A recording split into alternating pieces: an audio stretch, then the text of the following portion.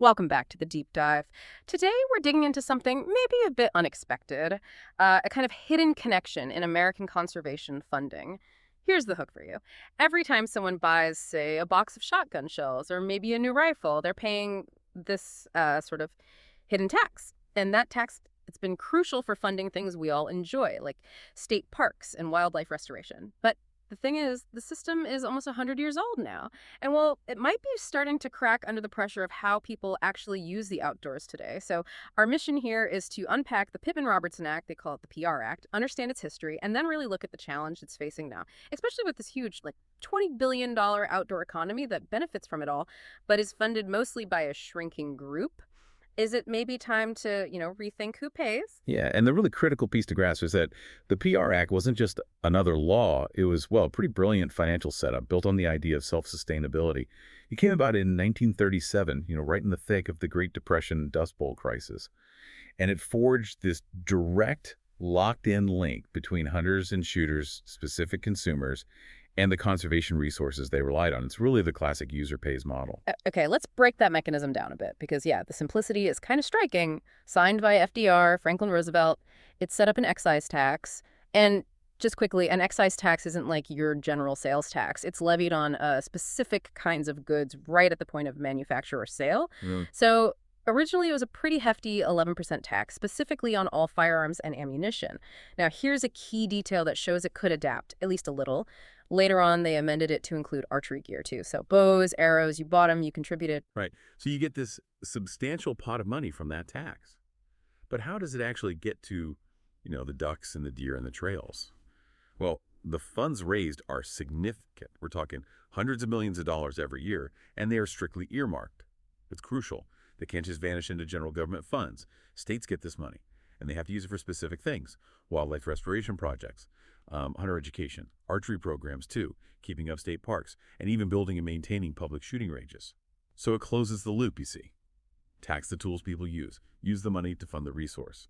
That's why it works so well for so long. But how does the money get split up between the states? Is it just like an even share? No, not at all. And this is really important. The PR Act uses a specific formula. It's designed to balance a couple of things: need and participation. So state funding depends on two main things. First, the total physical area of the state, how big it is, and second, the number of licensed hunters in that state. Ah, okay. That second point, the licensed hunters, that really feels like the linchpin here, doesn't it? Yeah. And why we're having this conversation now. It's basically an incentive. If your state encourages hunting, gets more people buying licenses, you get more federal dollars for parks and wildlife. Exactly. Think about what that means. A big state like, say, Montana, huge land area, maybe not dense populations everywhere, gets funding based on that acreage. But then you take a smaller state, maybe Massachusetts, or even a big state with lots of people like Texas. Their funding gets a significant boost from the number of licensed hunters they have. It's dynamic, it scales with the people actually while hunting. Right. And for decades, this system was, well, it sounds like a massive success. Oh, absolutely. Looking back at the immediate impact, the PR Act was a, quote, tremendous financial boom. Remember, this was the Depression. This money allowed states to buy millions of acres of habitat, bring back species like wild turkey or white-tailed deer that were almost gone, and just build the whole conservation infrastructure we often take for granted now. Yeah, we're not just talking numbers on a page. We mean, seeing deer again in places they hadn't been for years or having public lands to access. And states still heavily rely on this funding today, right, for their natural resource budgets. They absolutely do. It's a core part of funding for many state agencies. Yeah. But, and here's the pivot, that very foundation is starting to show some serious cracks. There's a painful irony the source material points out. Habitat loss or degradation, from development, climate change, fragmentation, that actually leads to fewer hunters. If the experience isn't as good, fewer people buy licenses. Wow, okay. So the very problems conservation funding is meant to fix are actually undermining the funding itself. That's circular. So what's the bottom line consequence of that decline? It's structural underfunding, basically. Because the money is legally tied to those license sales, when those numbers drop, even just a year after year, the actual dollars available for parks, for education, for restoration, it shrinks. If the situation is just, quote, left alone, these essential programs become dangerously underfunded.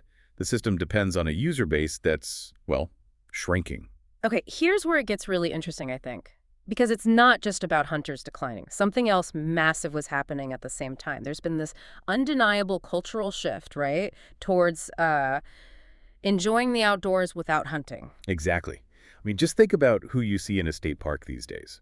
Bird watchers, hikers, trail runners, kayakers, photographers. They're all using the trails, the facilities, the conserved land that historically was paid for primarily by those hunter-generated fees and taxes for, what, 80-plus years? And that appreciation, that use, it's not just cultural, it's economic now, a Yeah. huge economic engine. It's colossal. The source material pegs the general outdoor industry now as a massive $20 billion industry.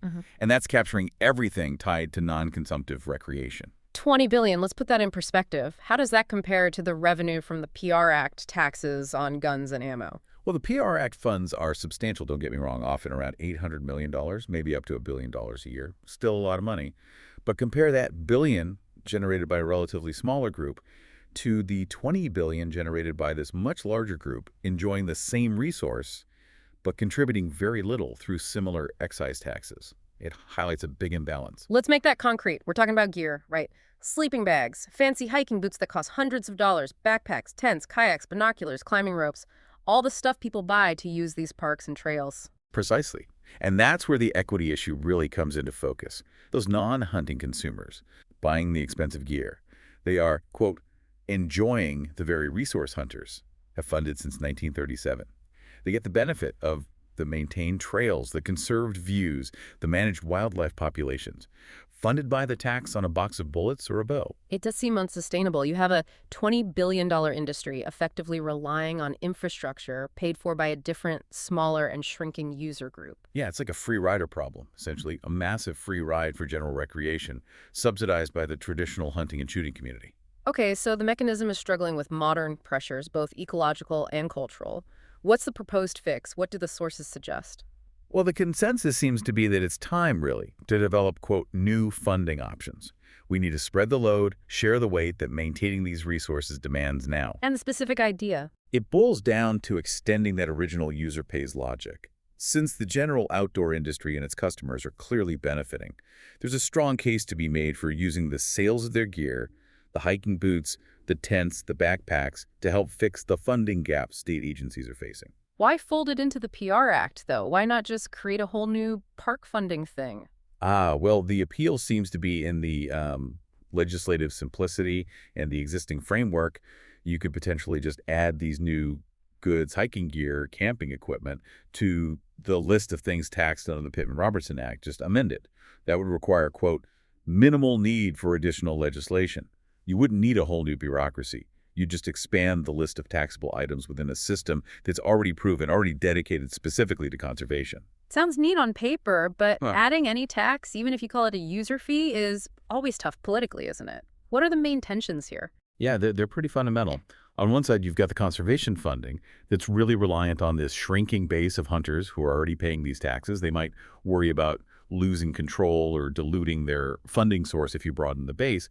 And on the other side, you have this massive growing group of general outdoor enthusiasts powering a multi-billion-dollar economy who are currently benefiting hugely from conservation but aren't paying into this specific dedicated funding pot in the same way.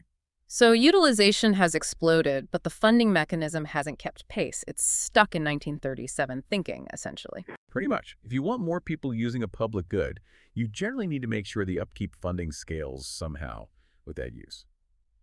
Okay, so to wrap up this deep dive, we started back in 1937 with Roosevelt and the PR Act's clever beginnings. We looked at how it works, that formula based on hunter licenses and state size. Then we saw the challenge. Habitat decline, leading to fewer hunters, leading to less funding. And overlaid on that, this huge $20 billion outdoor recreation industry benefiting from the old system. And finally, the proposal to potentially bring that broader outdoor industry into the funding fold, maybe by amending the PR Act itself. Yeah, and connecting it to the bigger picture. It's almost like the PR Act's success created this new problem. It helped conserve these amazing places that now attract millions of new users. But conservation needs steady, reliable funding. Relying only on a system designed nearly a century ago for a different pattern of use, well, it might not be sustainable anymore. The funding mechanism probably needs to reflect who's actually out there on the trails today. Which leaves us with a final thought for you, the listener. If you buy a new tent or some hiking boots for that weekend getaway in a state park, Should part of that purchase price, say an 11% excise tax, go directly to maintaining that park, just like the tax on ammo does now? Is it time for all users to chip in? Something to think about. Thanks for diving deep with us today. We'll see you next time.